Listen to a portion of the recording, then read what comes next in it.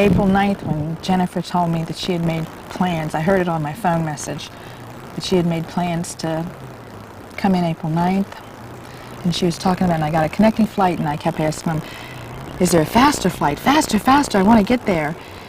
And April 9th seemed so far away until April 9th. And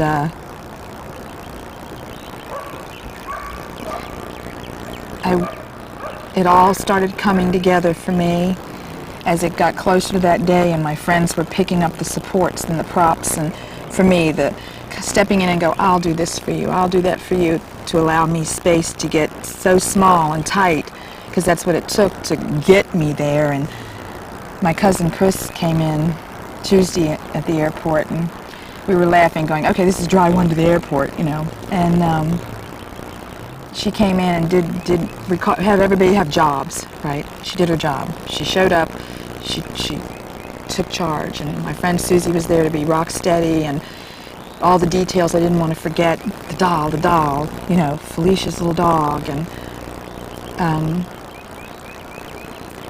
so that morning when I woke up, I don't remember sleeping. I think my eyes closed. I think my heart was beating. I don't remember a lot because things were getting tighter and tighter. And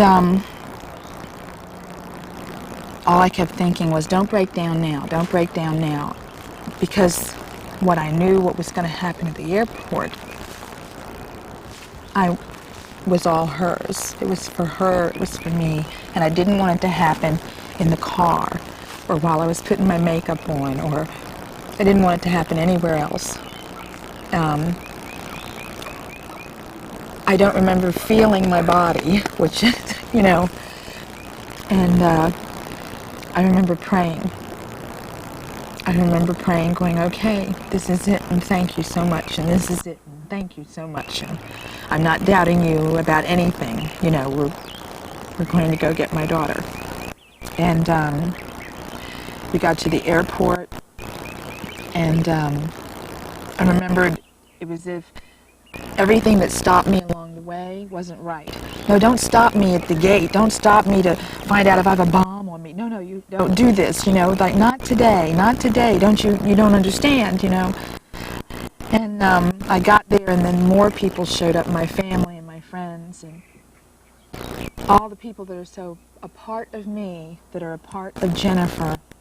And everybody got their little purple hearts that said Homecoming of the Heart, you know, saying who they are and how they're connected to me. And if they're connected to me, they're connected to her, because they've always known her, because she's always been with me, a part of me. And the people showed up, and they're so understanding, because they didn't ask anything of me. They didn't take away from me by asking me questions or crowding me, even though I hid in the bathroom a lot. And then Bobby and Chrissy and Susan came and told me her flight was going to be delayed. And I was holding on to just one thought, just one more hour, and then they're telling me, no, it's a little bit longer than that. And I'm like, oh God, it was like hanging on that cliff again, like, can't, you know, hold on. And I was relying on Bobby a lot, one of my oldest friends, to be there, to just hold me up, make sure I'm standing, hold me up. And he was there with his purple t-shirt on. And they finally announced her plane was landing. And I was thinking the most insane thoughts, because I was with the airlines. I was thinking racing thoughts. If I can't go get her and they won't let her out quick enough and all this, I know how to get on the plane. Nobody else know how. I know how to do this, and I'll get her out. Down the chute, honey, down the chute, you know. Drop the baby out down the chute, you know. Anyway, and I ran to Bobby. Hold me up, you know. And I knew my son was there. I knew he was there. And the plane, everybody started coming off. And there just seemed like this, it was so far away, the door, and the walkway down and to the left, and these people were exiting. I was saying, what kind of plane is this? Is it a DC-9, a 727? What is it? Because I'm counting people. And I was getting shorter and shorter and shorter, and very nice people were stopping me, going and wanting to talk, and I was like, no, no, no. And then I had had enough. And I was scared because there were so many people and I couldn't see, and my heart was in my throat, and I was just pulling, you know, and I couldn't see. And my emotions were so focused down this little hole through the people, and then I saw it, and it was big as a galaxy exploding. I saw this very little tiny piece of purple. I don't remember too much after that. I was told I ran. I just ran. It was like I was running to myself. I don't even remember seeing her. I ran in her, through her, into her, you know, and I had her. And at that moment, it was like, I finally did it. I finally did it. I finally found her.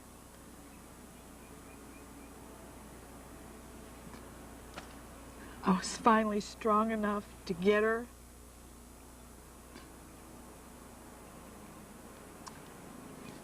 And it was like being one again. And at that moment was the first time, no matter what else in my life was going right and wonderful and joyous, but there was always this line. There was just her. There was a constant pain and a constant burden, and just every day, every second. And it was the first time in my life, and now I'm still this way. I am totally enthralled and enraptured with the state of being complete and free of pain. And there's no time to catch up with Jennifer. Do you know, there's no need for understanding. She is so my child. She is so Chris's child. And she knows I know, and I know she knows, and it's just all wonderment. And that moment, that it seemed like forever. It seemed like forever. It was just like being in white light and whole. It was like being one with God, when you have your child in your hand, and there's no pain, and it's wonderful. And I know it was just seconds, but it was forever, and it's still there. And it's just wonderful. And when I finally pulled back, and I'm looking into eyes that were looking at me for 6 days, the same eyes, and she's so beautiful. She's just beautiful. With everything, she's just beautiful. Cracks in her concrete, flaws, everything. She's just so beautiful and real. She's wonderful. And then when I turned, and my grandchild's there with my cousin Chris, who got her. She's got her. And I turned, and there it was again. There was Felicia and Chris, and there's this. They're so much alike. And I just wanted to go home now. I just wanted to go home. It was like, I was really disappointed she had luggage. Do we have to stop? And I'm pulling, you know. And I introduced her. It was like, she's home. Look, this is my daughter, you know, and my granddaughter, and we're going home now, you know, and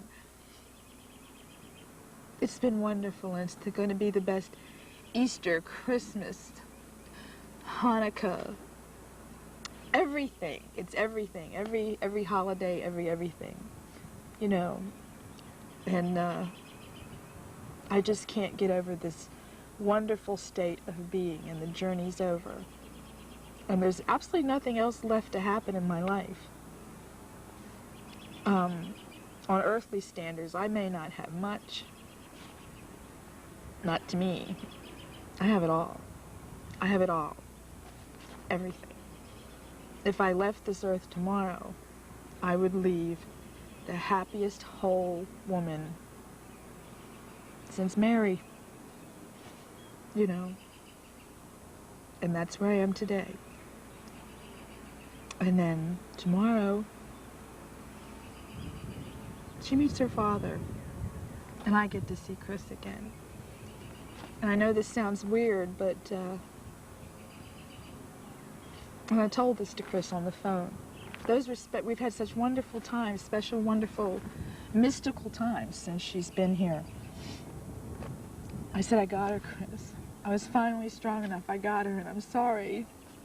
I'm sorry I wasn't strong then. But I got her this time. She's here, you know. And it's just, there's no words. There's no words. There's just no words. Okay. Oh. Explain to me that you had invited a lot of people to the airport. And then just tell me briefly who those people are: friends, supporters, Lord. co-workers. Yeah. And then also that there were some other, that, you know, there was a news camera, or, you know, you can just tell me that briefly. Okay. All right. So we get to talk about Eric and Boris. Well, you can, but just say, you don't have to get into that very deeply, but just say somebody, one of your friends, or somehow the local news people came because they found it was out, huge. It was, yeah, it's huge. Okay.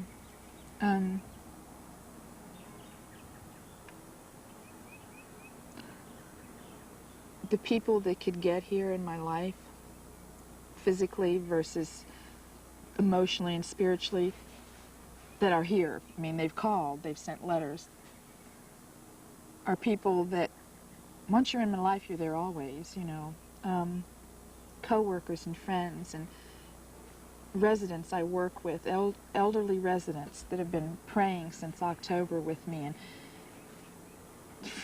friends that I work with that have literally watched me search for her because at my second job on the computer, when somebody finally taught me how to do this, you know, through looking through adoption reunion things and adoption databases where there's just very sad continual scrollings of children looking for parents and parents looking for children, and I would do this forever, along with looking at hands and wonderful prayer partners, wonderful just people I went to college with, that relatives, in-laws, neighbors, they were just all there, and then all in this just rapturous celebration. The local news people are there, and they're just everywhere. There's just people, and then the people getting off the plane, the people over here buying peanuts, the baggage people. And I can remember asking the lady at United, because I called, I wanted to make sure, because I knew all my friends were going to be there, you know, do I have to do something, because there's a lot of people coming, you know. She said, oh no, we'll take care of you. I went, thank God, you know. And she says, is there anything I can do for you? And I said, well, you don't happen to have a red carpet you can put out, do you? And I was just, you know, and she said, well, we'll see what we can do about that. Well, when I got up to gate 7 with my cousin Chris, who was just lovingly carrying her doll for me. Everybody had everything. Luke had the dog, she had the doll. The whole carpet was red. I asked Jennifer about that later. I said, did you see your red carpet? She went, no, I missed it. I said, I guess we were so in the moment, you know. But these people all have a special connection through me. My friends have lived life, you know, the secret of life is life. The struggle to life is life. And they have lost children, and they have struggled to be single parents. They all had their own special, they're adopted parents themselves, or they're adoptees. They're all connected somehow, and this whole thing. One of my little residents had said, because I took Jennifer down to finally see him because they got lost in the crowd. They said, I wouldn't have missed this for the world, because it was just an experience of hope in all things. And I said, yeah, hope in all things.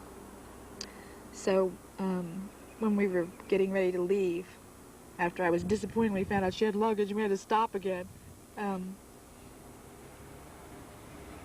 the hearts, right? And I didn't even know how this sounded when I said that. I said, okay, everybody take your hearts off and give your hearts to Jennifer.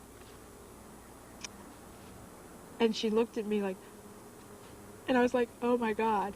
And here these hands, just piles of hands come forward with purple hearts. And they all just gave their hearts to my daughter. And it's just wonderful. And these are all the people that make me. You know, to be a friend, you first, to get a friend, you first be a friend. And these are all my friends. These are all my family I've gathered along the way. You'll do, you be a cousin, you be an uncle, you be my grandfather, you be, you know, and these are just all my people. Like Tommy. Oh my God, Tommy. I have so many mom-type people. Tommy. Just wonderful people. And now they're her people, and she gets it. She knows that. So it was just very huge. And to me, it shouldn't have been anything less than the coronation of the Queen anyway. So. What was it like seeing Felicia? Oh my God. Well, you know, I always knew I had a granddaughter. I always knew that because of that reoccurring dream, and not that I'm mystical or anything, but I had this reoccurring dream all the time. Just like I always thought if there was something wrong with Kathy, I'd know it immediately. I just felt that this dream was real. I'd always be at an airport, and they were getting off a plane, and I knew it. My soul knew that they were coming. They were coming. And right as she came around, she would always have this little girl with her, but there was no faces. And right as they would come up into the light where I could finally see them, I'd wake up. But I always knew that there'd be a little girl. And, I mean, what do you think when you sit there and go, it's my daughter, and I have a granddaughter? And when I thought about that, instantly I thought how my daughter must have thought. Even, it grieved me to think that for this much, when she was a mom herself, thought, how could my mother do that to me? I couldn't do that to my daughter. That was a thorn forever, you know. But anyway, when I turned, and there was my granddaughter, and again, I could see my Aunt Peg's children. I could see my sister. I could see my daughter. I could see her father. I saw everyone in Felicia too. And I'd already pre-warned her on the telephone. I said, you know, I said, I'm coming at you. I said, please don't be scared. And she wasn't. And Chris had her. And to know that my line goes on. That all these parts of me and things of me, these precious things, my daughter would understand and get, like my mother's book, you know, and my thing, my books, my writings, my essence, go to her as they go to her daughter, as they go down and down and down. And she's just beautiful. She's beautiful, and she's just bright, and I love her wit, you know. And I got it all. Do you understand? I got it all. I have it all. I have completion with Christopher about then, and being able to say, here's your father, and here's your cousin, and here's your brother, and here's your uncle, and they're all mine. All these people coming and going, they're all mine, and they're all hers now. And a granddaughter too. I love it. I love all of it. You know, just more and more and more. You can't have too many aunts and uncles and grandparents and friends. There's no such thing. Tell me about getting them in the car and bringing them home and how that felt and showing. Oh, well, that's another thing, getting them home. This miracle has been unfolding since October. I had a very old car. But it was mine, it was paid for, old car. And I knew I needed another vehicle, I just did. Which at that time had nothing to do with Jennifer and Felicia. But I didn't know God was going, no, it's a little different than that, you'll find out soon enough. Eric's going crazy.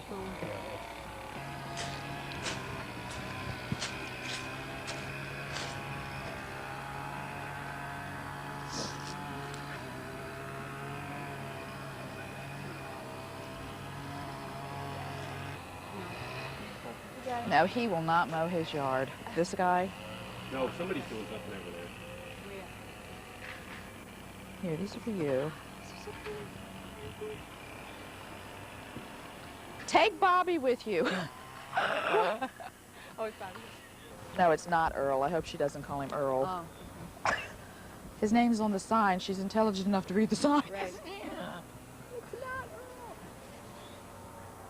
Hi, everybody. Hey!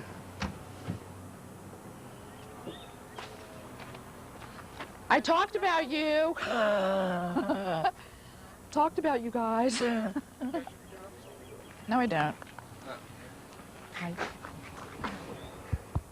Hi, special people. Hi, how we Talking doing? about you. Okay, well, we got... This is nice. Yeah. Betty cleaned you up pretty good today. A few things that fit. Oh. As Boris was... There's coffee, there's bagels, there's breakfast. Well, we've got to change of plans. Okay, we've had a change of plans. Yeah. Hey, guys, this morning. Good. And ladies. What's the change of plans? Yeah, we're having to go back today. Why? Huh? Well, we had some things come up and we got to go back. I love you large, so I get it. Well, we wanted to say about Jennifer They're in there. and everybody. But you got your hands full the next couple of days anyway, so... Well, I wished I did, but that's okay. Oh. Listen. We'll just go down. We'll say bye-bye later. Yeah. I'll get you on the exit.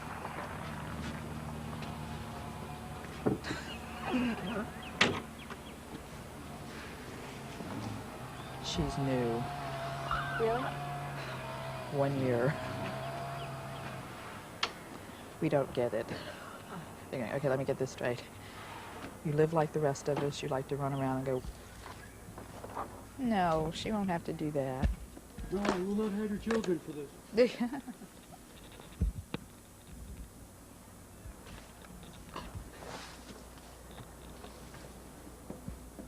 I hope it's Earl. You should have mic'd her so you could hear this, Eric. Make sure, you know, you guys might have had to run down if you heard something like, I have a hoe in my hand.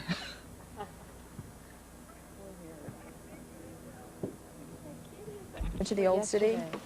To the Agua Arts Festival? She was driving around with her sister. I don't know if they officially went to the festival, but I think they saw the sign. Well, see, Old Knoxville downtown, where the World's Fair site is in Old Knoxville, there's a Market Square Mall.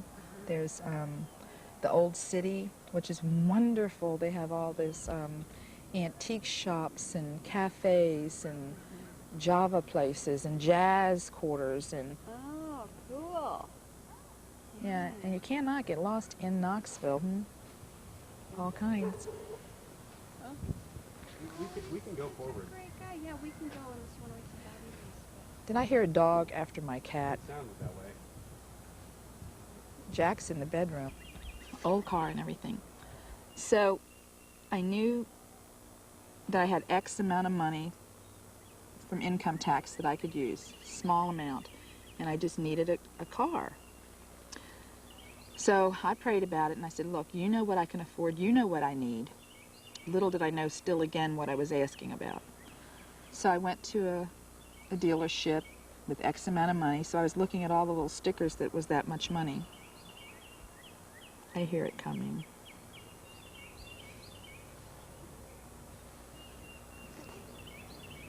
Do I just keep going anyway? Yeah.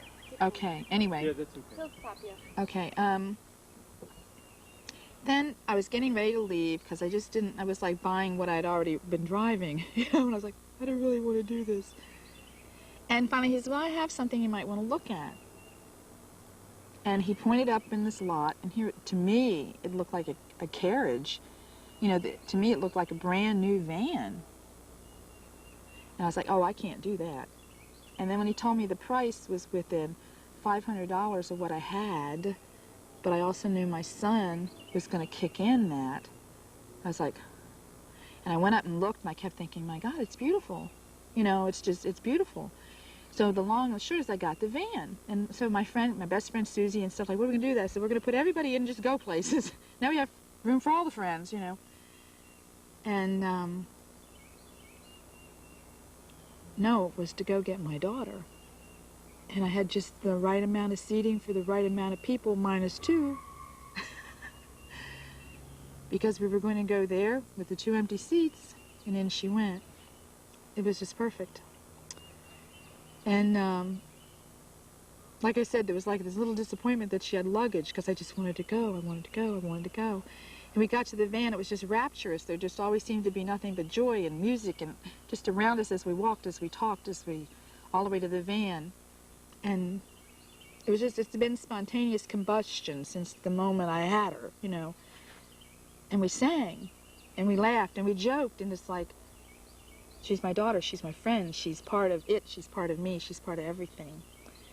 And so we got home, and the only thing left in the van was wet tissues all over the place, you know. Just wet tissues. And she got here, and it was, like she said, she feels home. You know, and of course I had told Felicia to wear old shoes. We're in the country, you know, and her job's to take care of all the animals, and we're not talking about when she goes back. Everyone else talks around me. I just walk out of the room, you know. And, but that doesn't matter either. Because I don't care if she goes to Tibet, Australia, to the moon. I'll know where she is, and I know she's fine. It doesn't matter, you know, and I'm just so proud of her as a strong, independent, loving woman.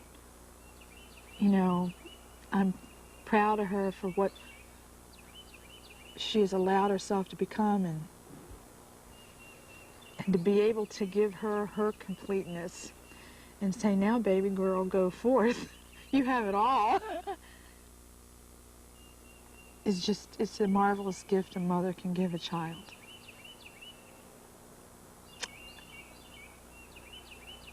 And I pray, and I believe my son will have that one day too. So, it's just wonderful. The best Easter. What were you thinking when you first saw her in your house?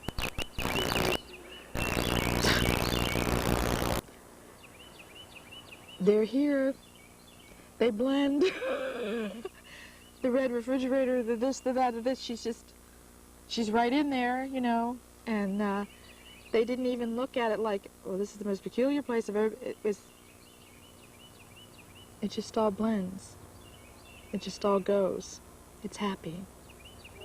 And the people in and out, coming and going, it's just how it always is anyway. And it's like everybody, it's like she's always been in this mix. And now it's just that we just need to have a little bit more space to find the ketchup in my little kitchen. You know, it's wonderful. And Felicia, oh God. Jennifer and I went out last night. We finally ran away together. We had our first Walmart moment together, and we definitely overshopped. And it didn't matter. Everything. We needed everything. We came home with more lights and more decorations and more happy things, and it's beautiful. What have you been... Stop. I had asked you how it felt having them in your house, but I think you finished that. Mm-hmm. Tell me, you were talking about the reoccurring dreams that you've had. Is that something you've had? How long have you been having that dream? Probably since I was with the airlines, you know, but before that, a lot of my poetry and writing stem from her as a baby. You know, my phantom baby's cry. My arms have been light for as long as my heart has been heavy, you know. I guess about 10 years. Which is about as long as, well, I'm 10 or 11, so I guess as long as Felicia's been alive. So, that's how long. What's been your plan for these days, and what have you been spending your time doing? Plans? No plan. It's that we're all just naturally, it's not even irrational, it's just all happening. We're just all enraptured in that state of being complete. And whatever happens, happens. And that's not a planned thing, that's just sort of how my life is anyway, and so is Jennifer's, and it's wonderful. If we want to dance, we dance. If I want to kiss my daughter, I kiss her. We've had instantaneous slumber parties where there's me in the bed, and Jennifer in the bed, and cousin Chris in the bed, and the dog in the bed, and the cat in the bed, and here comes Felicia in the bed. And we're up till 5, 6 in the morning, just chitter, chatter, chatter, chitter, chatter, chitter, and it's just all in the rapturing. We're like my cousin Chris, this is so special for her too. Because we all miss Aunt Peg, and that's one of the people I wish so much that my daughter not met, but knew, because the connection's there. Sometimes I sit there and I'll see her talking with Chris on the couch or something, and I just have to smile till my jaw aches, because I see Aunt Peg there, And I guess the most marvelous thing to me in all of this is when I see Jennifer. She is so all that has been good in my life. I see all the people I see in her. They're all the good guys, I'm so grateful for that. She's so woven wonderfully and special and sensitive and caring, and she's it's been such a struggle for her to try to get others to and allow herself to be just herself, and to be able to go, here's the final puzzle piece, and it's there. It's just been marvelous. People coming and going, and Jennifer just is there. She is.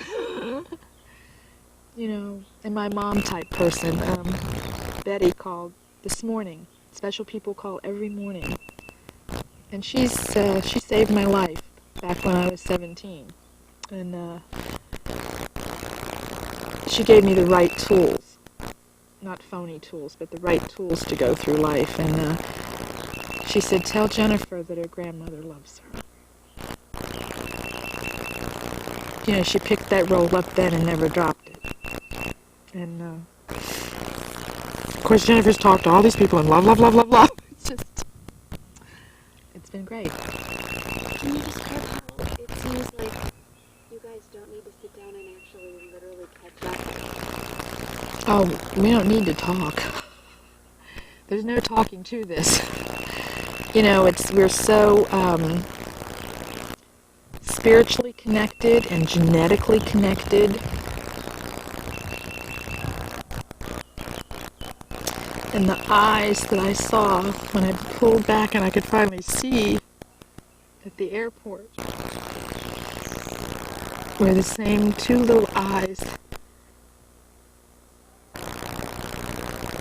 for 6 days that just looked into my face, and just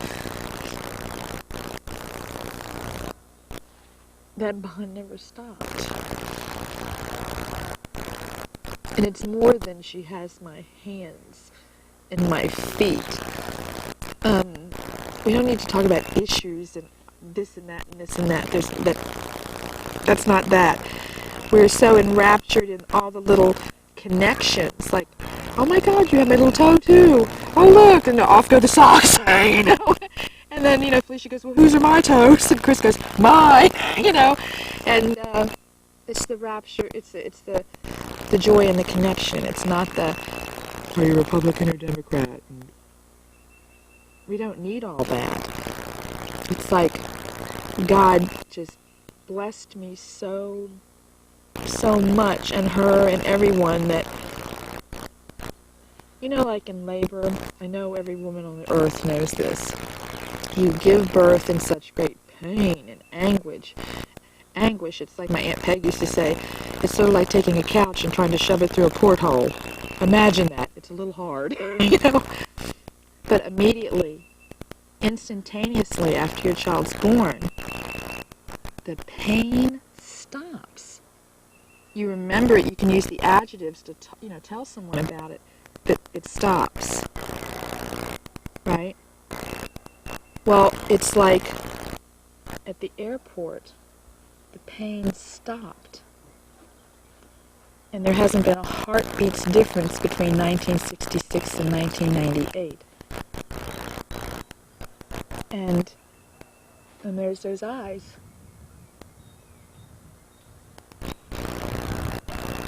And I'm so thankful that her parents were who they were and who they are.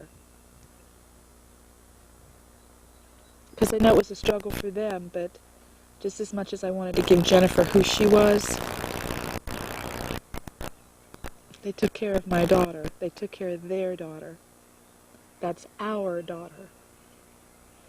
And they're just going to have to learn the little lesson of you can't have too many moms and dads and aunts and uncles and cousins and come join the club. I'll come join your club. And if you don't want me over there, they can come over here. We'll meet in Iowa. I don't care. So, that's it.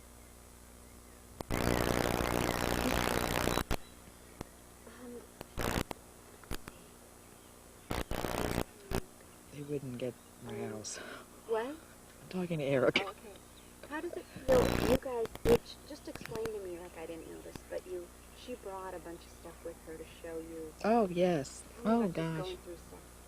Oh, we spent so much time, not planned time, it just sort of happens as you go through I have to show you this, She brought her baby book, and she brought a little puppet she made when she was in nursery school, and she brought, school lessons, and I'm like, my handwriting, your handwriting, oh look, and you got a 68, I don't see math here.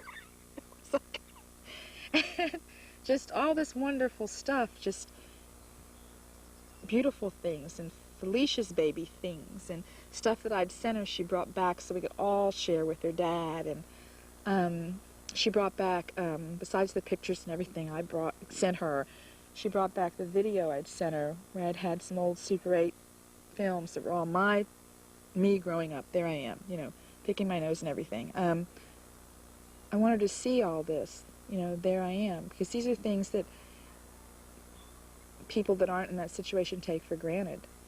They've always seen their baby pictures, or they've always seen their school pictures where they're missing teeth, and that's all, but when you don't have that, and you've seen your mothers, you've seen your fathers, we were sharing this, and so I sent the video out, and so she saw me as an adolescent, and she saw me swimming and diving, and she saw me crying, and she saw my father, and she saw her grandmother, my mom, and she saw her smile. She knows who these people are, and I think on the tape that I sent her with that, I said, you figure out, you'll know who all those people are. And she did. She did. So we've been sharing existences, and I'm totally amazed at, not amazed, I just sit back in wonderment and, let God go, how she and I have lived such parallel lives a generation apart. Same kinds of experiences, same kinds of wisdom and knowledge, and there's your train, Eric. That's the third one. Okay. So we've been sharing all of that. At one point yesterday it occurred to you that something had come in the mail. Oh my God. All these daily miracles. And in the excitement, I not only forgot to get the mail for 3 days, and I'm not real sure I fed the dog. I'm sure Felicia did, because that was her job. Her job were animals, and she does it so superbly. She's teaching the dog to catch the ball and this and that. But anyway, I knew that Christopher was going to send a package up because it was important to him that it got there for her. And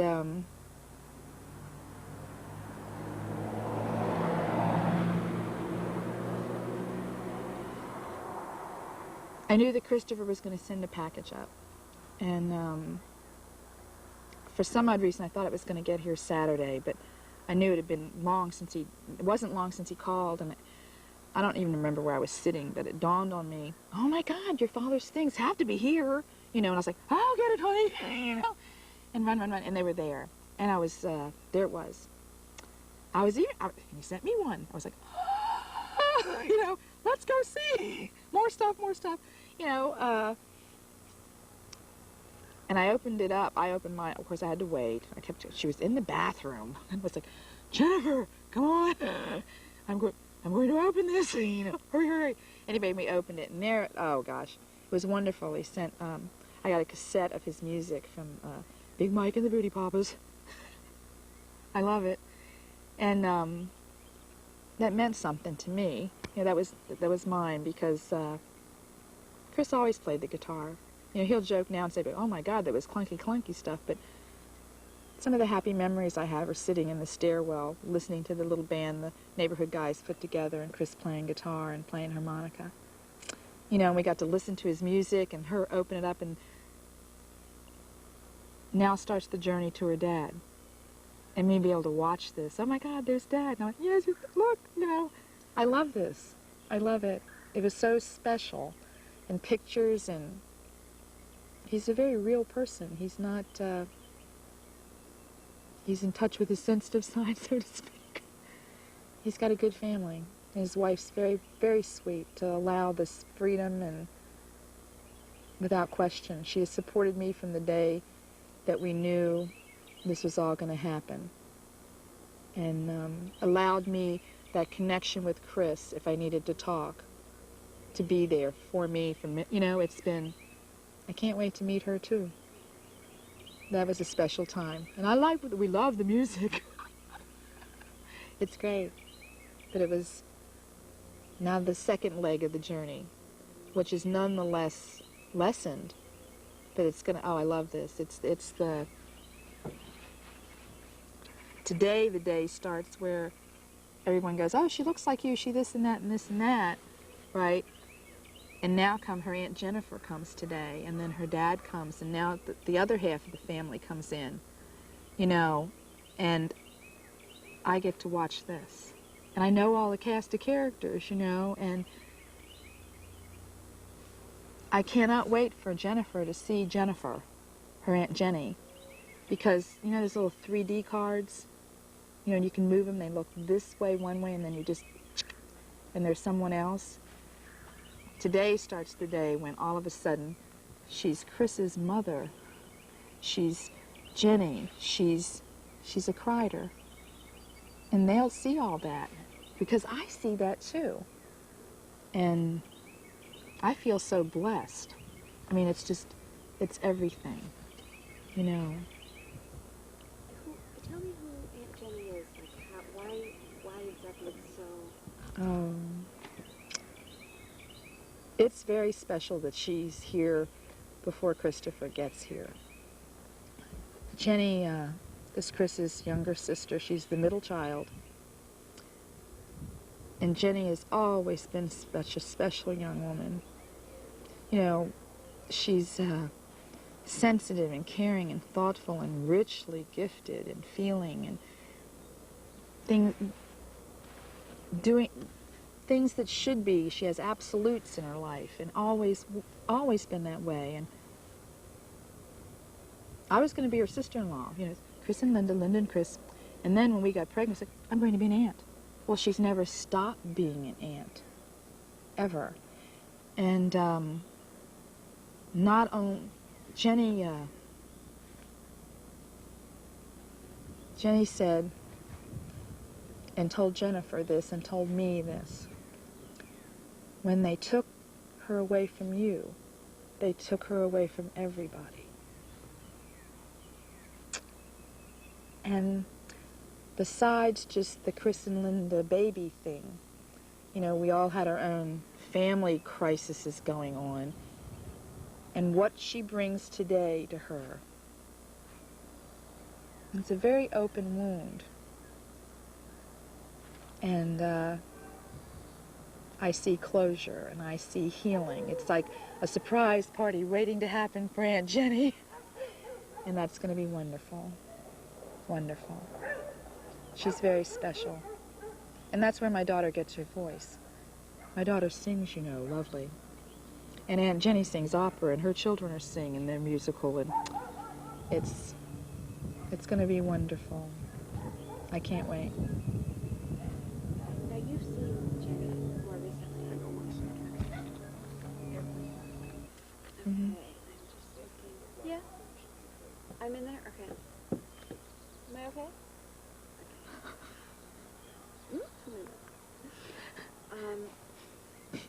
Okay, what was I going to ask you? Oh, I know, I just said, okay. You have seen Jenny more recently, right? Is that right? I stay in touch with her periodically, and it's always been because of Chris.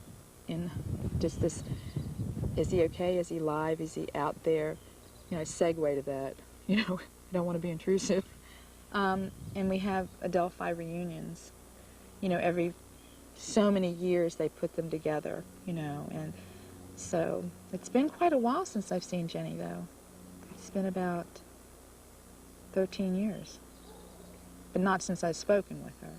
So this is, but I did see her in the pictures Chris sent, and I didn't have my glasses on yesterday. Of course, my daughter knows I'm blind, and it's just no big deal. Oh, you can't see. I'll either verbally tell you about it, or here's your glasses, you know. And I saw her.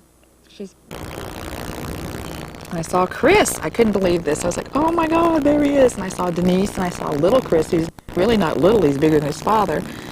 And he must be 97 feet tall. If his father's 6 feet tall, he looks this much taller. And they're all going to be here. And Eric, her husband, because Eric and Jenny have been Eric and Jenny since I've known Jenny. They're all going to be here. Tell me about how long it's been since you've seen Chris. Oh, God. 30 years. I mean, like, it's been 30 years since I've seen him. It's been 30 years since I've seen Christopher. It's,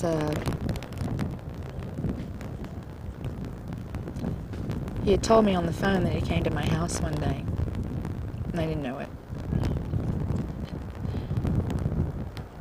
And he says there was some big guy there, and he even threatened me. He says, I'll get a gun if I have to. You have to go away. And I told him, I said, I didn't know that. But I never once thought Chris abandoned me. I didn't ever think that. I had an understanding that this is something he and I are going to lose. This is something he and I aren't strong enough to.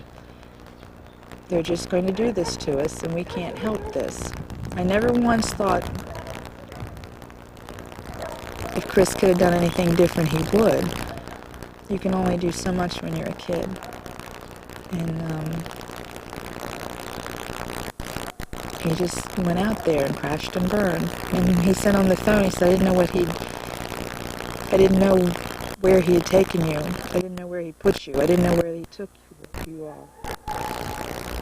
He assumed that I got shipped off to my grandfather's.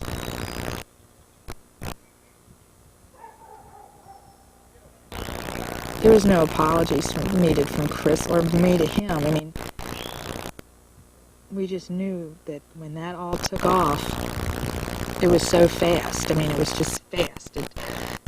Crisis after crisis after crisis after crisis after ripping after pulling, I was screaming and hollering. The next thing you know, it's just there you are. I'm this way and he's this way, and there goes our daughter. And so it's going to be very special seeing Chris again and being able to sit back and go, I got her. There she is. And she's perfect. You know, and to watch them waller and let him waller and hug and, oh God. Oh. I don't know if we're going to have enough room in the bed for Jennifer and me, Cousin Chris, the dog, 2 cats, Denise, Chris. You know, I don't know. It doesn't matter. It's all going to be special and whole. And then to watch those two be able to go through what Jennifer and I have been going through, it's just, hey, and listen to that music, and the party goes on, and life goes on, and the circle's complete, and the pain's over for everybody. And I'm really expecting big blessings for Aunt Jenny.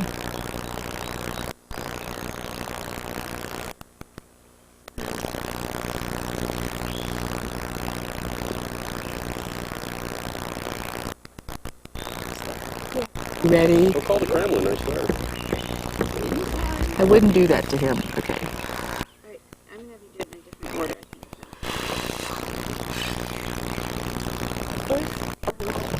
Describe to me, describe to me the good part of your relationship with Chris. Oh. That was just something when I met him.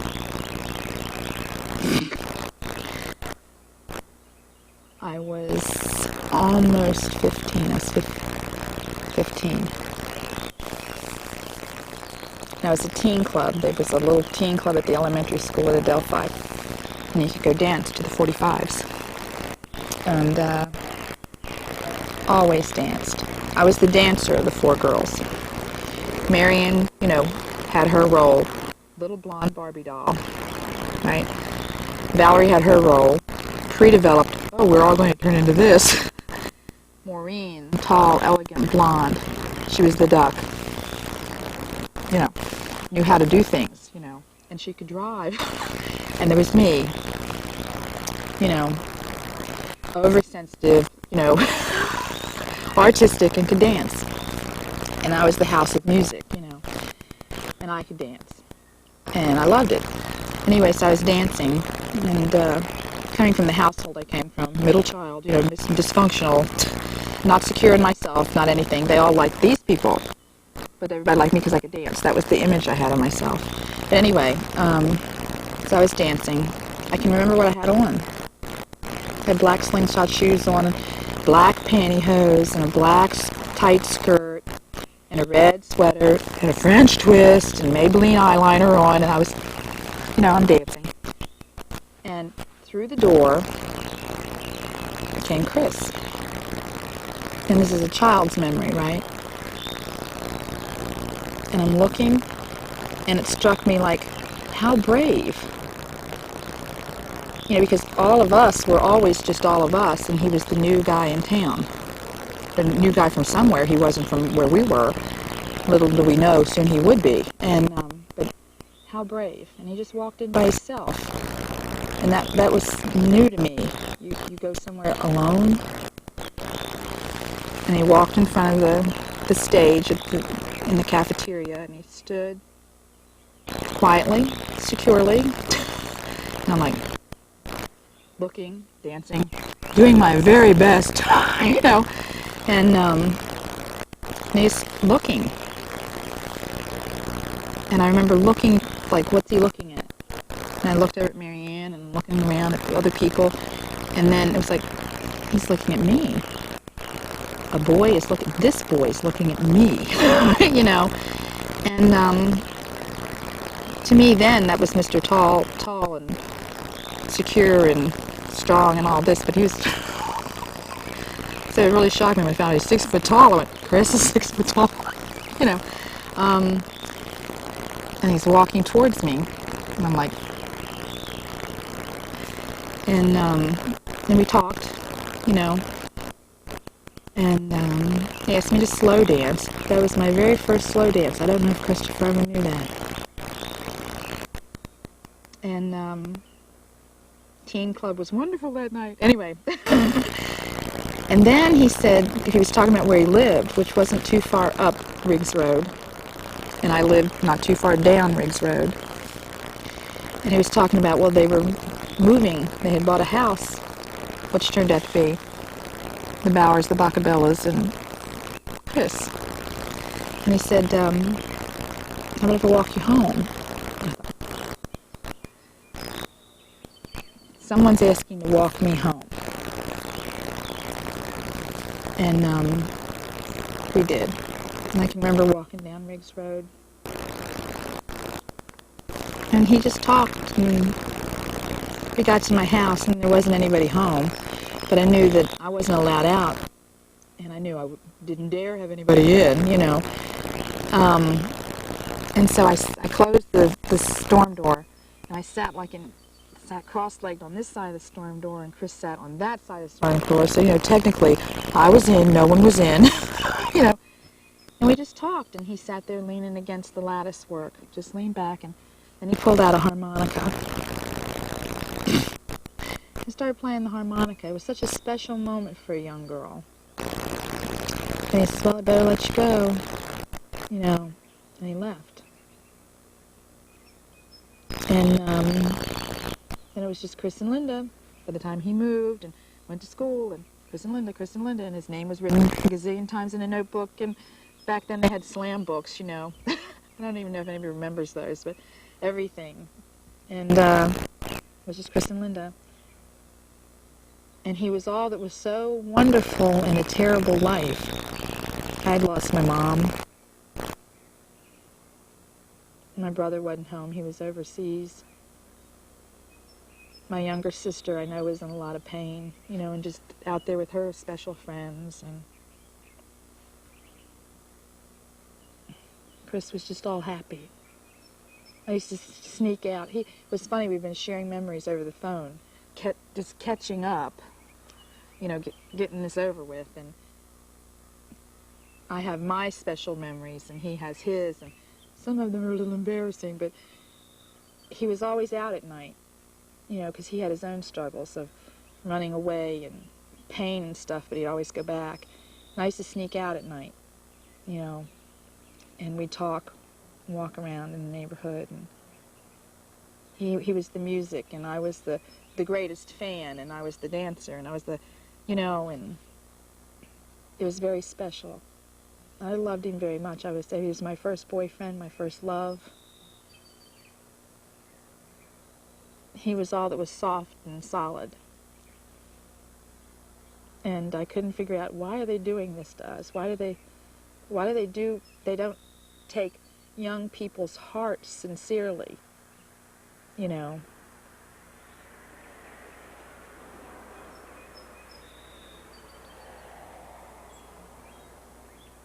There were some times there. And as you go through all that whole thing, you know, I don't ever remember parents anywhere in my memory. None of us from Adelphi really do. Because what went on behind closed doors, behind the facades of people's houses, you just assumed was either, you know, we all had to keep the image of, you know, the suburbs of the Beltway, you know. And I never once thought that other people were going through what I was going through, or what was going on down this house or that house or whatever. So it was just, we took it to the streets. So we were just out here. And there was Chris. So naturally we had, make-out parties. Oh, Lord God. You know, all the kids in the neighborhood. Just like, you know, spin the bottle, play the 45s, dancing, dancing, dancing till 5 o'clock when all the parents came home and whoop, here goes the 45s, you leave, there goes, you know. And one thing just led to another, and our daughter wasn't produced out of anything bad. It was very special. And the rice paper started burning from the time the fear came of, his parents are going to find out, my father's going to find out. Even though everyone else knew, even the parents of the other kids knew, they held it back because the reality of what was going to happen, tragically, they knew. And that's when the rice paper started burning quickly. And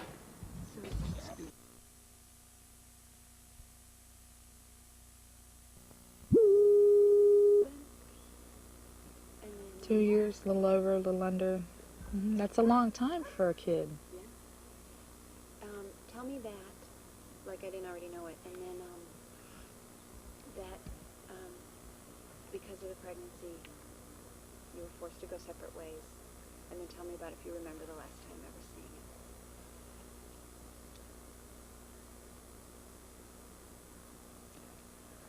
seeing it. I guess give or take some portion of time. Chris and I were Chris and Linda for 2 years. And like I'd said, when the rice paper started burning, and the horrible times that we went through.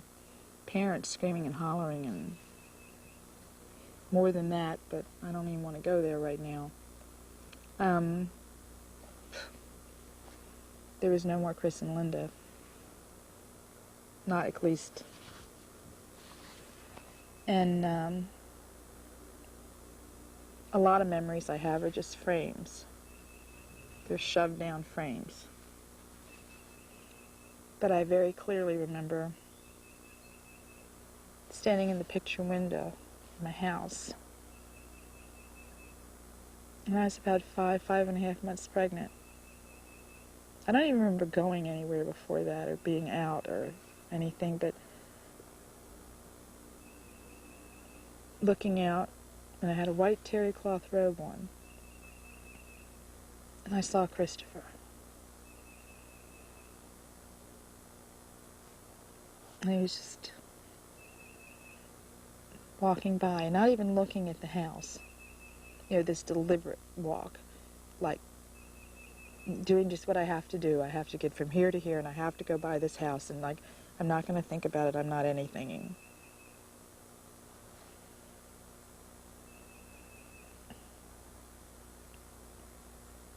I do remember saying, "There goes your daddy, baby." You don't know how bad I just wanted to bolt out of that house. The times were so different, and control issues were so different, and I'm just amazed. I stand amazed at the things you didn't do, because that was the social times, and that's what your parents said, and that's what they demanded of you, and that's just how it was. Just like he walked by and didn't look, I didn't go out that door, and we were 20 feet from each other.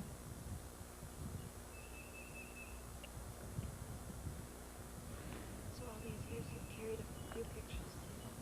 Don't. Yeah, that's, and I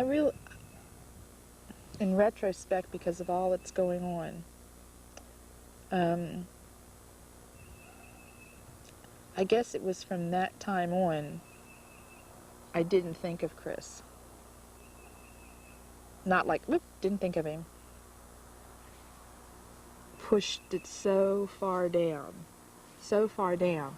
I couldn't think of him.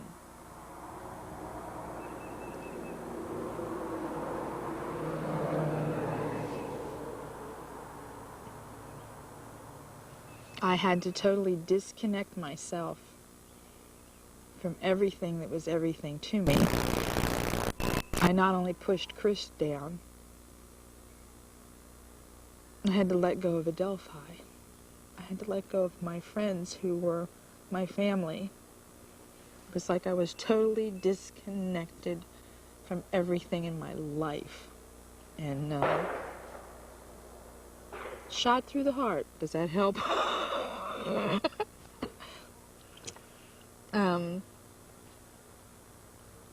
And I knew that it was announced to me that I was being sent away.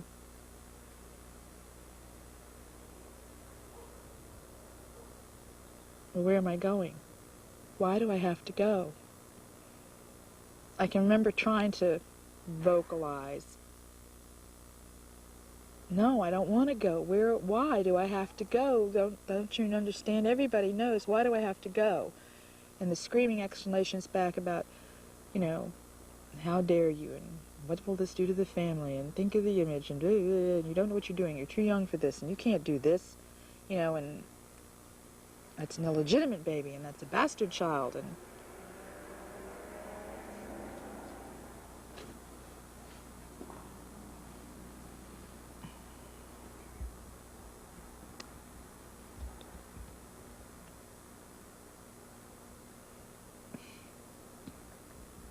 and that my father thought Chris did this to me. Chris corrected me. He did this to me. And I knew he was hearing the same thing at his house. I did this to Chris.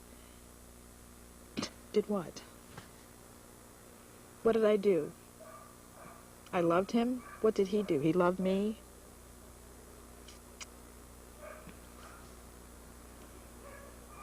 But there was no way around this. I was going. By hook, by crook, by force, I was going. I had to go. And I didn't know why. And at that point, it took all the energy I had to keep holding on to this thought. Somehow, some way, me and my baby are coming home. Why in God's name I thought I wanted to bring my baby like this was home. But that this really wasn't going to happen. I wasn't going to be shipped out. I wasn't going to be locked away. I wasn't going to be separated from everything I knew.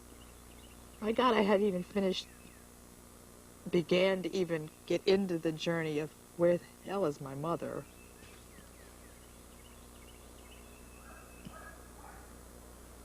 But Chris was there for me for that.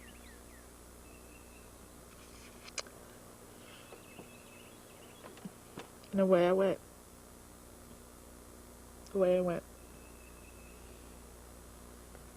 And you haven't talked to him either for these years. Not until the night of the Titanic movie. That was... it was getting closer. This was a month and a half, 2 months ago. So I knew that door had opened. There was that hope that I was going to see my daughter, our daughter, you know. I had talked to everybody, even Jenny, everybody. And my best friend Susan and I went to see Titanic. And we're sitting there, and I'd never known that little, what is his name, DiCaprio, whatever. He's so cute. Now he's cute. Now he's, oh look. And I was sitting there in the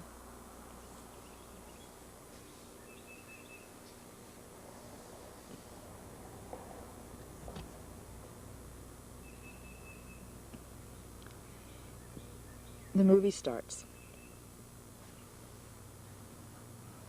Popcorn, Coke. Of course, I knew the ending. The boat sinks, but... And then here the guy comes.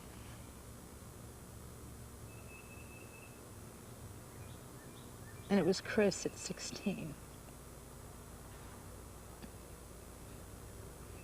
And up. Because for 30 years, I didn't... It's not like it would ever bubble up and I push it down. It was that far gone. Up. 30 feet wide of it, over me. Chris, Linda, Kathy, Jennifer. Just... It was the most miserable 3 hours. I'm sure it was a wonderful movie. And Susan didn't have Kleenex. I had to stick spearmint gum wrappers in my ears, and that didn't help because then everything was peppermint. So all the way home, the transition and the memories of Chris. And then all of a sudden there was an urgency. There was a moral and heartfelt urgency. I had to let Chris know. I had to let him know. I just had to let him know. I didn't know how. I had to let him know. All we heard was Chris and thank God Susan has been there. Like she says, I've been in the stardust fire of your comet for 25 years, you know. So she knew. And we walk in the door of my house that night. And my son comes around the corner and he's like, thank God you're home. I'm so tired of being your answering service. He says, this person called, this person called, this person, and some dude from Macon, Georgia named Chris called. Chris Kreider. This time, this space, I said,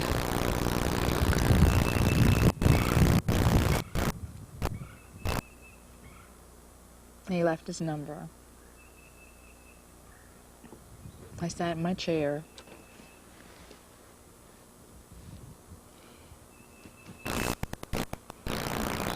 And other than the accent, I said, Chris, I said, hey girl, where's our daughter?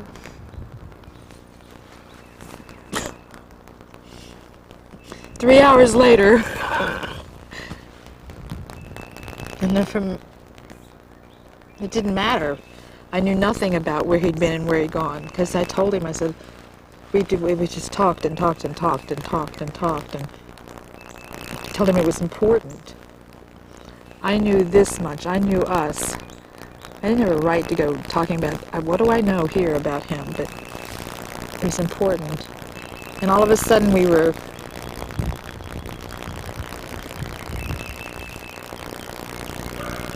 Marianne might have to take biscuits to the puppy.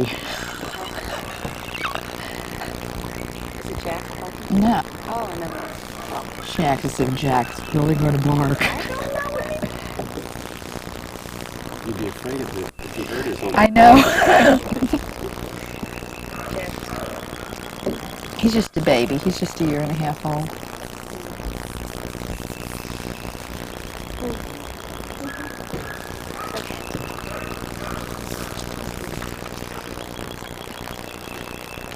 Where am I? The phone call with him. Oh, yeah. It's amazing when you're richly in touch with all the people in your life all the time, because they're always just there. You have that history. You have that history with them. So you can talk about people and you don't have to explain who they are. It's there. And because I knew a lot of his relatives, I knew his folks, and I know Jenny and Angie, and it's just all part of that tapestry, And we talked about Jennifer and how special her name was. Jennifer for Aunt Jenny and Lynn, and then it sort of rolled over to Christopher and Linda talking about what was imperative for their daughter. That it was important for us that if this was going to happen, it's her terms only, and that it was unconditional on our part. If she wants to go an inch, we're there, not a millimeter past that. If she wants to go galactic, we're there. But she deserved anything and everything from us that she desired. And we both refrained from just wallowing her to death, but it meant, that miracle meant so much for me. And we talked about times, our personal crises and things we went through and endured and all that. And I never questioned him not being there for me or me there for him. And then he was in the mix, and it just meant a lot that I got to give her all of it. I got to give her every person, like Aunt Jenny said, when they took her away from you, they took her away from everybody, and now everybody gets to be given back. It's just, there's no words. I couldn't wait for that 1 hour to get by when the plane was late, But he'll be here. He'll be here tomorrow. Coming up from Macon with his guitar and his wife and Jennifer's brother and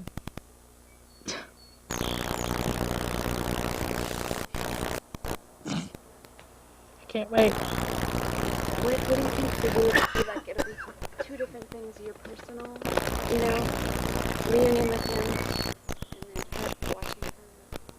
Yeah, being able to do that. It's almost like the link. I get to go.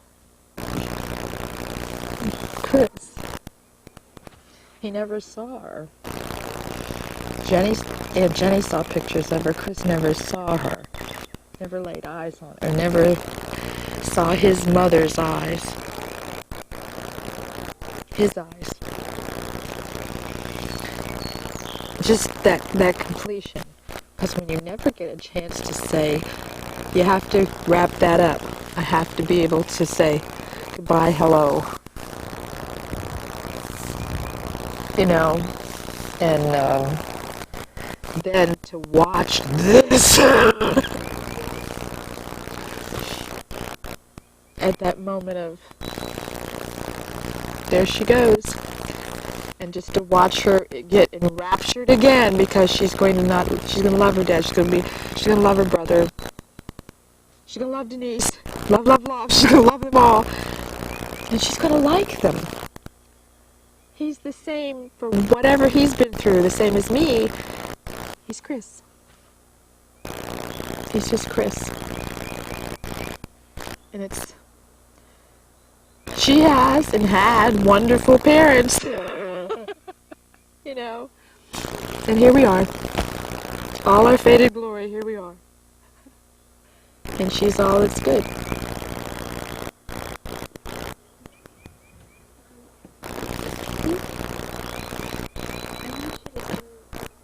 When we did that little opening thing out there, pretend I don't know, this, but tell me that you have just reunited with your first daughter after 32 years, 31 years. Mm-hmm. And This is a tearjerker. I know. And then tell me what's going to happen tomorrow. That Okay, where we are. Not the only miracle, right? That this has happened. You've been living it. Who? Aunt Yeah. Jenny? Yeah. Right. Right. Oh, you all aren't going to be able to stand this next part. I know you are, baby, and you're going to be there. You're going to be in this. That's right. Yeah. So, but yes, if you can tell me that's not the only thing now. It starts. Right. It's like, see, the circle starts down here. Just taking a little longer because he has a gig, It's like, it goes like this, and I'm already up here, and here comes Chris. Yeah. So do that again for me, but like tell me your name again, and then. Oh, I know. Why don't you? That whole I thing. know what you need. know, Okay. I'm sorry. Okay. What is this? Is this Friday? No, this is Saturday. This is Saturday. It's Tomorrow's Easter. Yeah. okay. You want my name too, right? Okay. My name's Linda Ellen Mortimer Rose, and I was just reunited with my birth daughter after nearly 32 years. And that happened Thursday, and this is Saturday. And now, that was a very big miracle for me, but that's not the completion of it yet. We're not quite full circle yet. It starts in 1966 here, and it comes on up, and I'm coming up to April 9th, 1998. But what's taking just a little longer is here comes her dad. And tomorrow he's here. And the circle's complete. And it's Easter, there'll be Easter Sunday. And that's just tomorrow. And it's before he gets in, his sister Aunt Jenny gets here, and other people get in, waiting for this. And he's going to be here. And the circle's going to be complete, and it's going to be wonderful. And that's the crescendo of God's orchestra. It's just,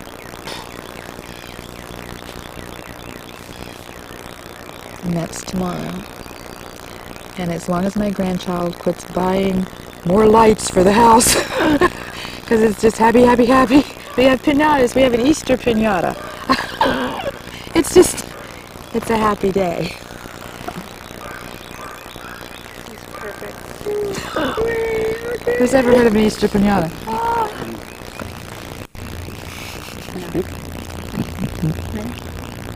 Buddy. Okay. Tell me about your flight. Which part? Well, you can tell me in general what you were thinking and feeling on your journey.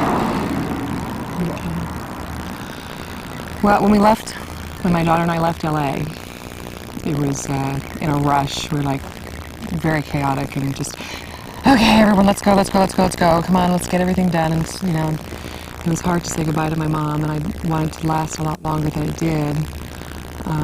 But we got into the limo. It was just really grand, and it was just very quiet. I was very actually calm, and like a calm nervousness that was happening. We listened to the Titanic CD, listened to the songs, and just got really mellow. And at the airport, just everything ran very smoothly, and it was just very calm but nervous. And I was like, I couldn't feel it yet. I had these moments just overwhelming, and my tears would come up, and I said, no, not yet. It's not time yet. Just stay down. It's okay. And then I was more focused on Felicia because she was very nervous on the plane flight. It was just, okay, here we go. We're taking off. We're going to take off. And just that whole, just comforting her as mom and going in and out of being mom and being little Jennifer, mom being little Jennifer. It was there was a struggle. And the flight to Chicago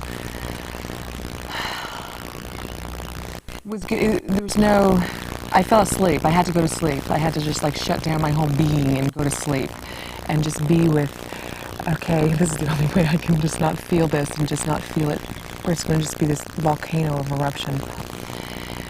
And then we landed, and it was, okay, now we're in Chicago, and what I wanted to find was a florist shop to get as many purple flowers as I could handle to get on the plane to Knoxville and come out with just bunches of purple flowers, but the florist shop wasn't around. That's when I started getting more nervous. Now this was it. This is Knoxville. And then the lighted thing that says, where you're going to destination said Knoxville. All of a sudden it went from Albuquerque, who the hell knows where it was going, and then it said Knoxville, and I'm like, okay, and oh my God, we're ready. We're going, and I'm just like, okay, where is that woman I'm supposed to meet? Where is she? I can't find her anywhere. And I was just getting very on edge and very everything around me was getting blurry in a sense, and I was just focusing Knoxville, plane, landing, Knoxville, Felicia, plane, landing. There's so much running through my head, and I just couldn't stop moving my legs. It was like my legs were running all the time, just running. And then we headed on the plane, so I wasn't like, I was keeping control. I had to keep control until that point. And I just felt like a little kid. And Felicia, she kept saying, Mom. Then she finally said, Jennifer! And I said, what? Because I was totally in the space of Jennifer, of young Jennifer. And to have the distinction of Mom and Jennifer it's really wild to have that.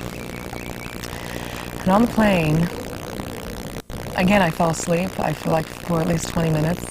There's 40 minutes left to go, so 40 minutes before the 20 minutes that we landed, if we got that. I had to sleep. I had to close down. It was overwhelming. My eyes just kept closing. I'm like, okay, now sleep. Okay, sleep. Just get calm. Sleep. And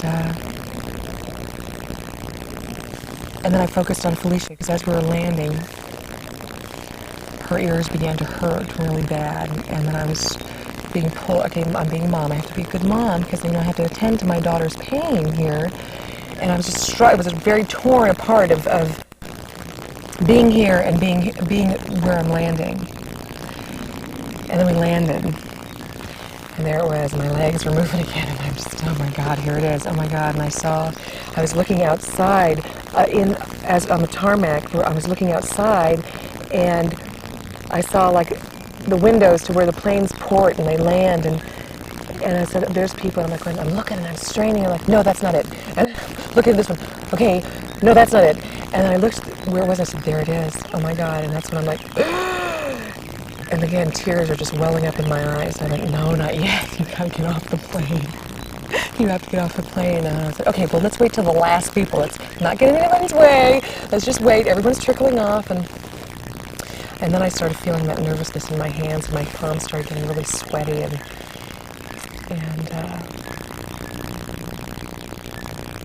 again. I kept like, okay, are you okay? Please, you keep chewing. Let your ears pop. Keep chewing, keep swallowing. Chew and swallow. And I'd stop and just get really calm and breathe and advised to breathe through your nose and out through your mouth. And I'm like, okay, I remember that now. I've told that to people many times in my life. Now it's my turn. Thank you for coaching me on that. Thank you back there. And I said, okay, it's time. We got off the plane.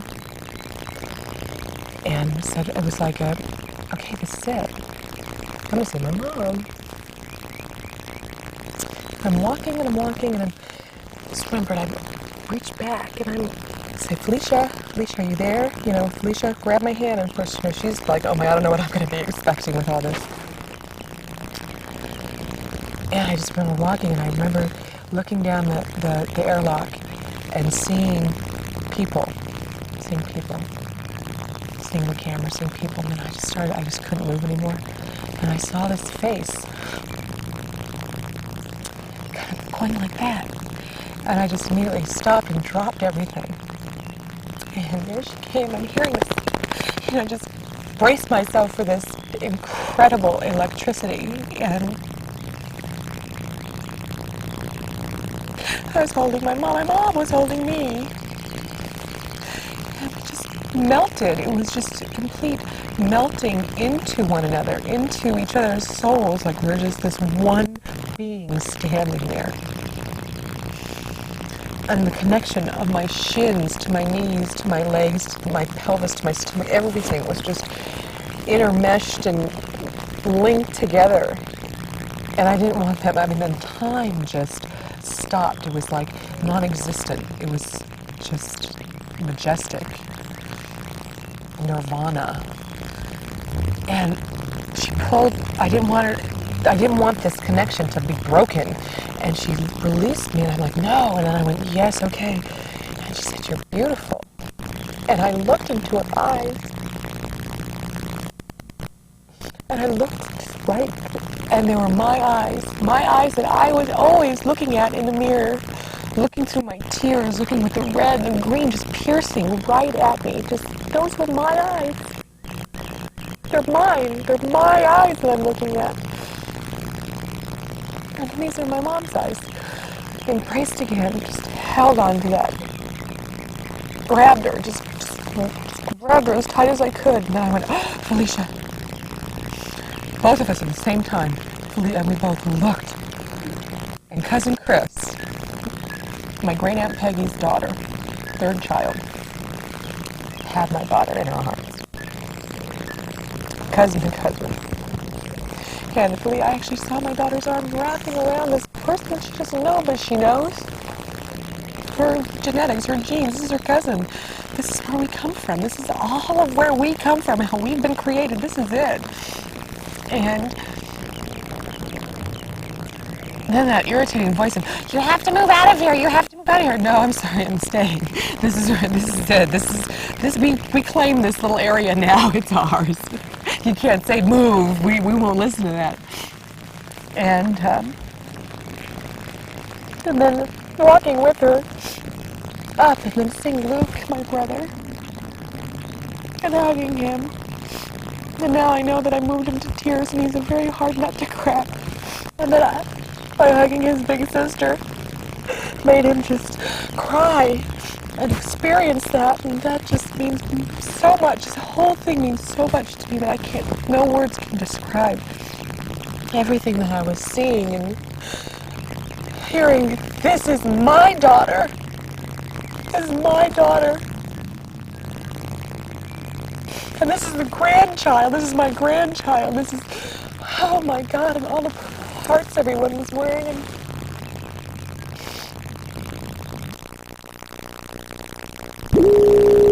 orangey red. ooh. Wow. And there's Starburst? Oh, they do have some candy in there. Yes, they do. Okay. Well, you were sort of taking us on that walk.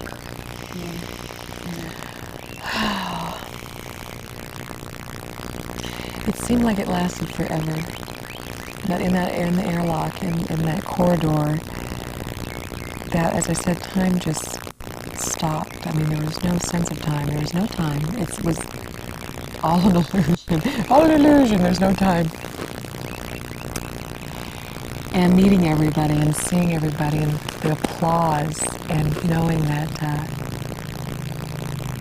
and just knowing all the stories. I was just talking to Linda for 3 weeks prior to this and hearing, knowing people, looking, and thank God they had their name. So I know, but the pictures, I know Jackie and Tommy and Robin and Susan and Bobby and just everybody was there. And to know Tommy had her daughter come off the plane, too, the daughter she lost. And also Betty, Bobby's wife, had lost her child. And everyone getting to experience that.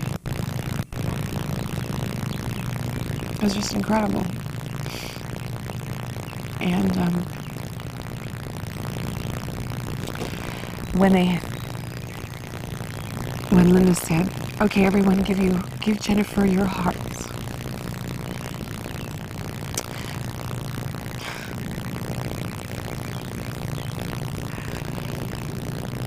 It was a love that just filled me.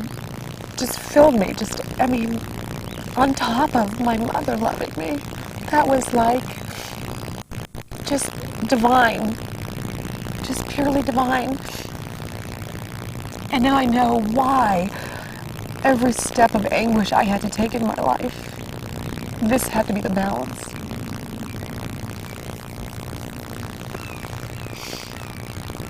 And we just kept moving and moving and moving into the carousel. I was, at that point, I'm like, oh, who cares about luggage? I don't care about my clothes. I don't want my clothes. And everyone had a job. Bobby went to get the luggage. My daughter went to get the luggage. And even some of the chaos that was there, it was okay. And I just went, okay, no, love. I don't want to hear any of the negative. Go away. And just walked into that space and seeing my mom's hands. Seeing my hands. Knowing when I had my daughter that my mom had my hands. I had my mom's hands. And knowing that she searched and grabbed, to see me. Okay, so let me see. Is that my baby? Let me look at her hands, because I know my baby's hands. I'm seeing my daughter there, and my mom and me together, our pinkies. And that was the first question I asked her. I said, this may sound silly, but when I gave birth to my daughter and I saw her hands, that whole thing, I wonder if I have my mom's hands. I didn't even have to finish that sentence when she said, you have crooked pinkies? She said, you got them from me. Your Uncle Mike's got them too.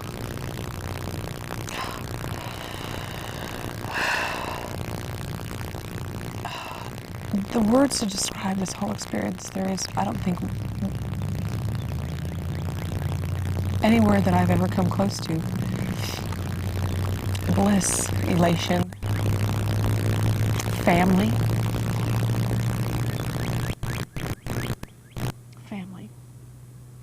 Pure family. And how special this family is. And I've always known it came from a special place. Always. I've always, deep in my heart, I've always known I come from a special place. And why can't anybody see that? Why couldn't anybody see that when I was a teenager? Why couldn't anybody see that? It's always been there for me. And to drive in her caravan coming home. You know, it makes me think of Van Morrison songs. It makes me think of all these things are coming in my head. And songs running through my head.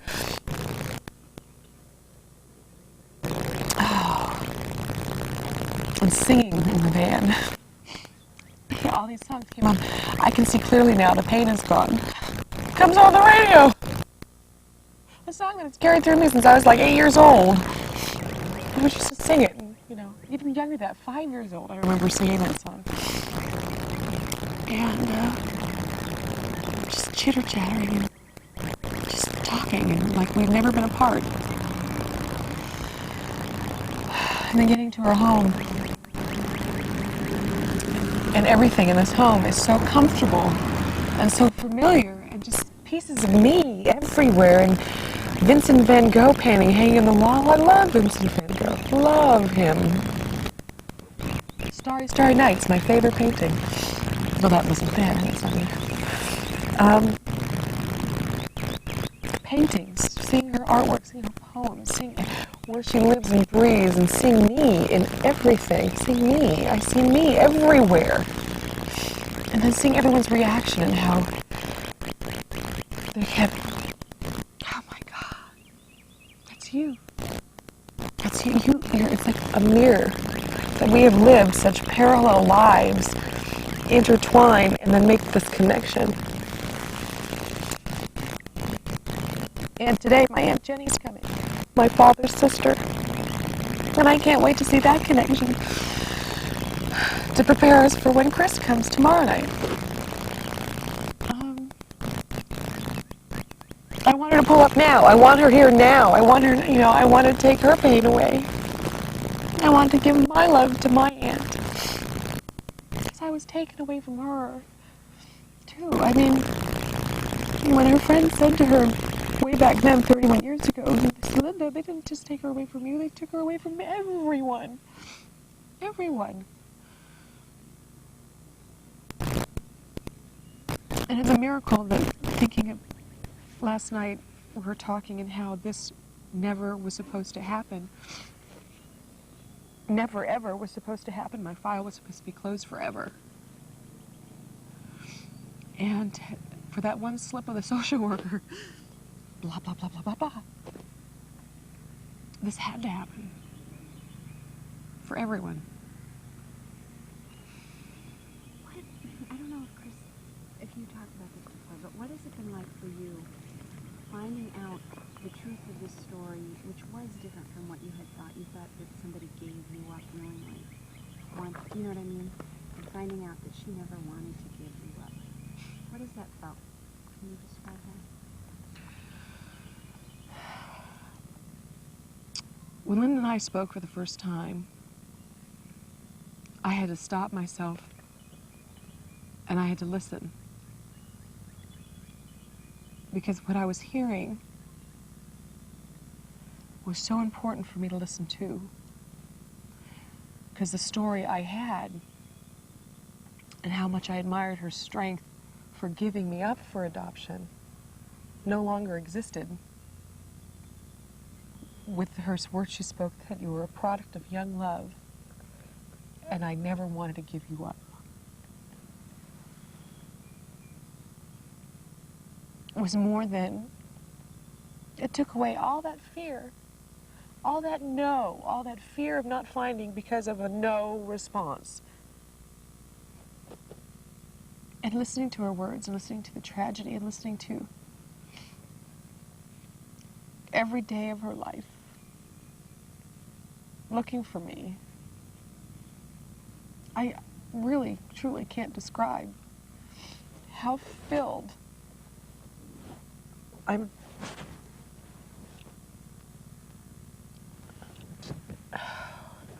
Just how filled, how complete this is. How, oh my God. I'm loved. I am truly loved. Truly loved.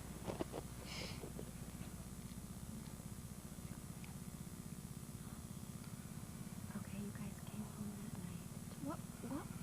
What were your plans? I never expected what this moment was going to be like.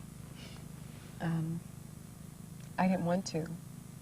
I'm at a place where I like to experience life moment by moment by moment by moment by moment and just allow it to happen.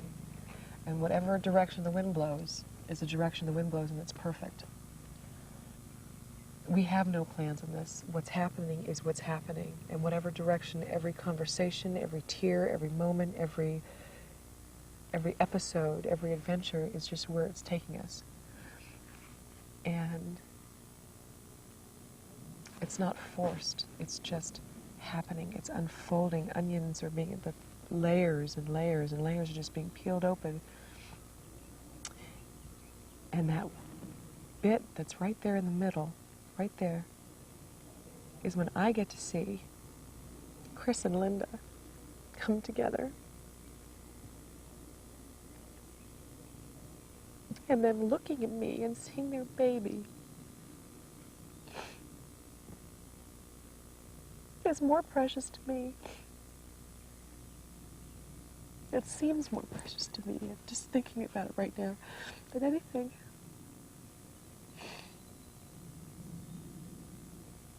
And knowing how parallel all three of our lives have been,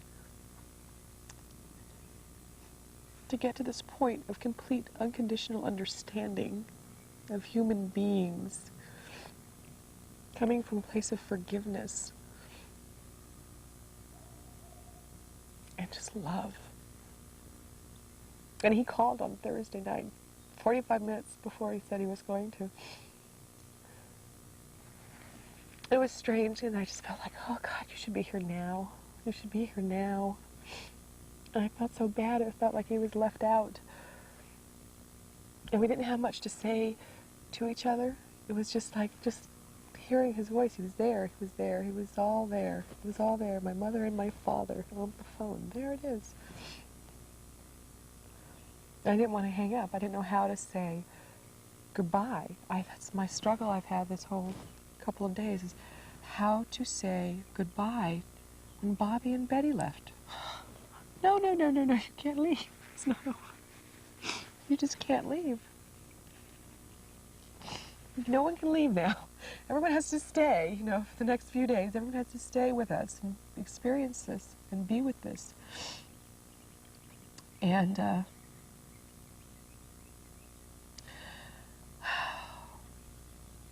it would be so nice when we were laying in bed, Linda and I, and just almost going to sleep. I said, what would be perfect is to have my mother on this side and my father on this side, and I'm a little kid in the middle that just had a bad dream, and I can sit there and be there and go to sleep.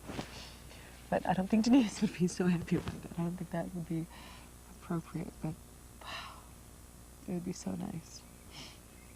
What have you thought about your birth father over the years before this happened? Wait, hang on one second, because you gotta... When I thought of my father and who he was, the more memorable time of thinking, or more the one that comes to mind, is my father brought me into that presence of the possibility of him being involved in the Vietnam War since he was 15. It was 1966, and that the possibility that he may not exist anymore. It was like, wow, I never thought of that before. But I never really had fantasies about who he was in life. I think it was more societal, like society conditioning you to think of your mom and the father is over there somewhere. And, I resigned to the idea of, oh yeah, I want to meet them. Okay, that would be great to meet them, to see what they look like, maybe have a couple conversations, and that's it. And then I went to, okay, just to look at them, just to be across the street somewhere and just look. From afar, from really far away. And then it was just went to pictures. I want to see pictures. That's okay. That'd be great. Just pictures would be okay. That'd be great. And slowly, after I would get really excited about searching, that's where my mind would go, and it would bring it down to, okay, I just want my medical records. That's all I'm interested in. That was safe. It was a very safe place to stand.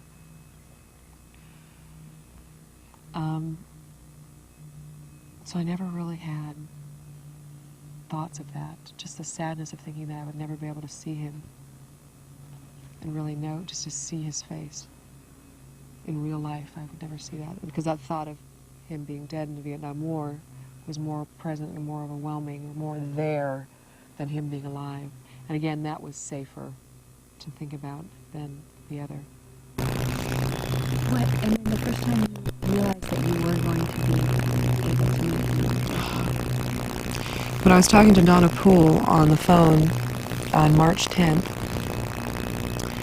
and she beamed all this information at me, information coming from every angle, And she was telling me, you know, your birth mother has been trying to find you for years. And she started in 1990, or 1980, 1982, 1987, 1990, 1992, 1997. And, you know, I'm trying to make sense of it all. Oh my gosh, you know. Placing thoughts of, okay, where was I at all those times in my life? Were they really, was my energy going out and she was feeling my energy that I needed that right then? And then when she said the last letter that was sent, it was co-written by your birth father.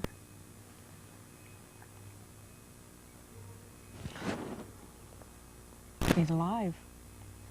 She's alive. And they both want me. They both want to meet me.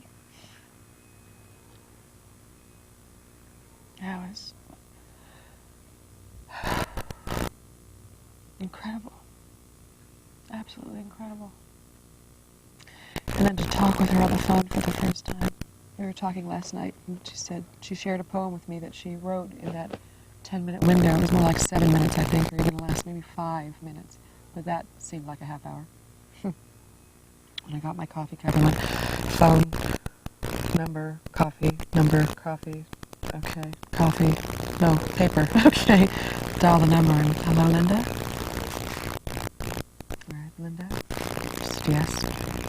This is Jennifer from California. And that whole,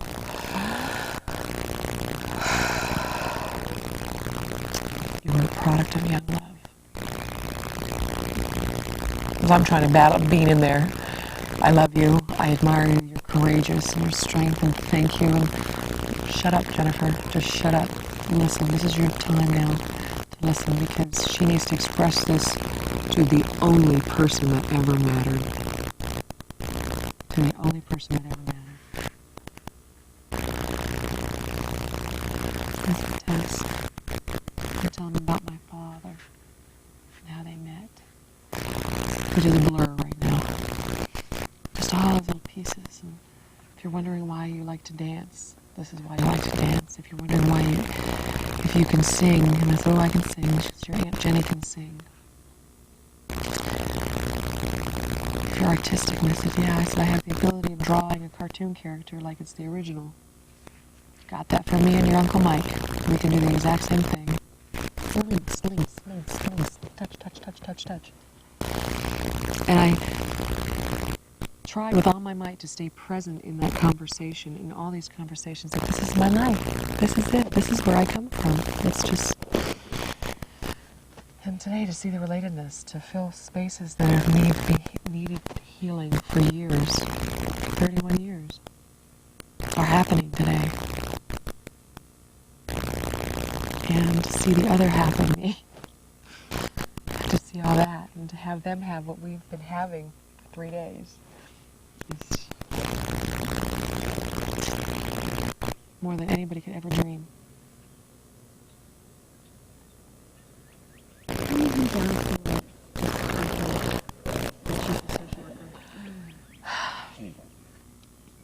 Donna Poole, the first time I saw Donna's name was Thursday, I believe it was March 6th. I think that was a Thursday.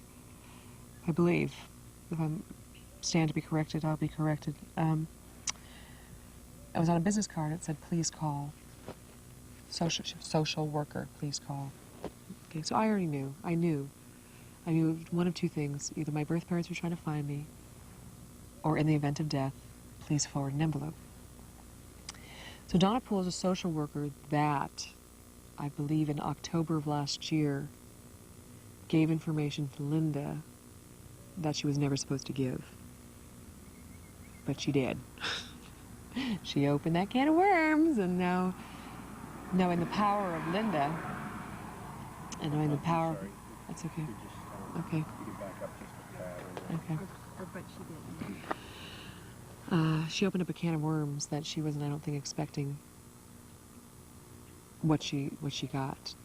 And all she knew is the file. She was, what I know now, she's a volunteer in the in Prince George's County welfare place, social place, because they have so much fun there. And so in that she didn't know the whole thing about this. She didn't know that this file was supposed to stay closed forever. And so here's the bits and pieces, and then the file closes. Oh, I'm sorry, we can't do any more about this. And how tragic for that month and a half, that Linda had to sit here with my name, Jennifer Lynn, and just little teeny pieces. And then they said, no, I'm sorry, we can't do anything else. I mean, how horrible that they could even do that. How absolutely horrible. But Donna didn't know. We believe that Donna did not know that what she was doing was like not right. You know, this wasn't supposed to happen type of thing. And she was my link to my mom. She was my link.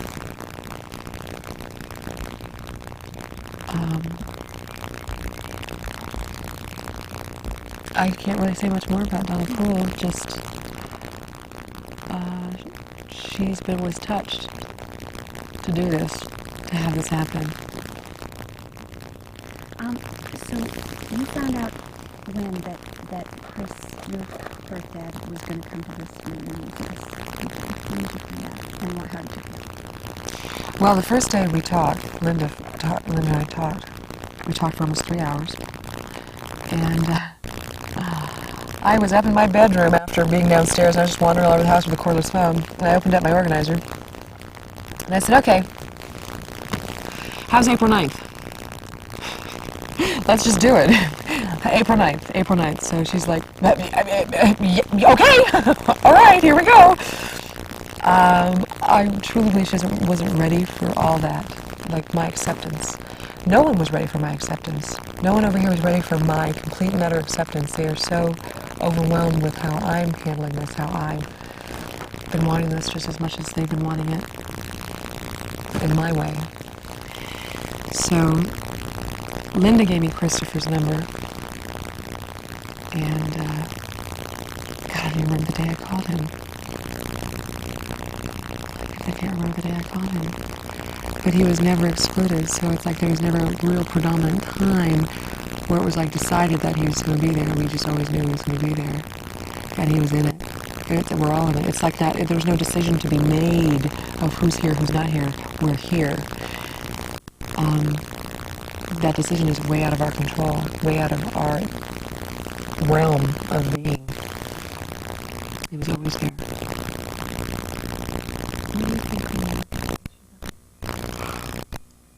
He's wild.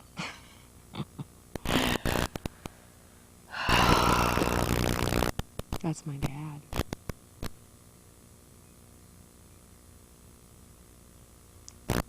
And I'm his little girl. I can fall into his arms and feel my dad's love. That has been there every day of my life. Always have been there. Always. On his side of this, everyone's known about me. Everyone.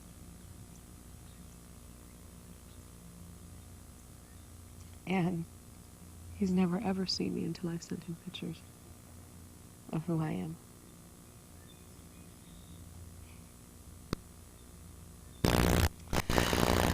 And I just can't wait to look into his eyes. I just can't wait to see that. To see that smile and that expression. Just hug him, just be that little girl, just go right there.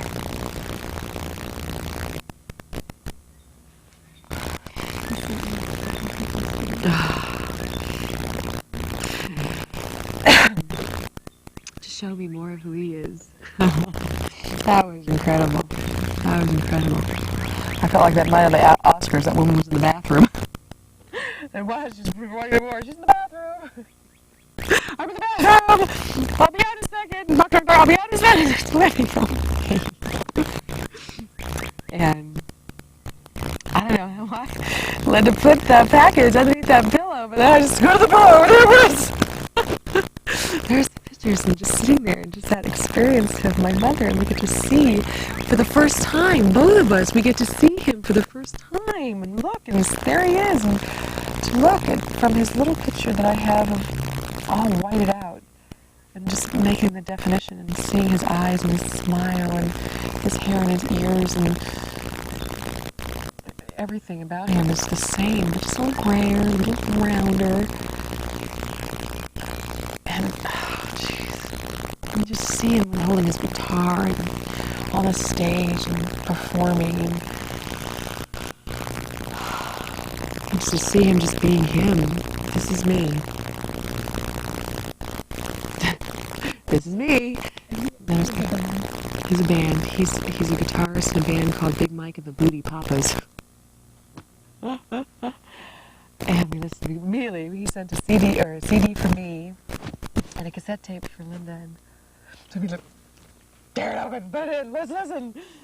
And there it was. He was playing. You can hear it just playing. I know it brought her back to sitting in the basement listening to him play guitar when they were just teenagers, and telling me that when she was pregnant with me that I got to listen to his music and just be there in that whole experience, and I got to experience his music for the first time. It was incredible. It's incredible. And he was shocked when I said, yeah. He said, what? He said, girl, tell me about the guitar. What is this about you playing guitar? And I taught myself how to play when I was 11 years old. Though I haven't played recently, my nails are a little bit too long for it. And, but that's amazing to me, why he's had an affinity towards the guitar in my life. What do you think it'll be like to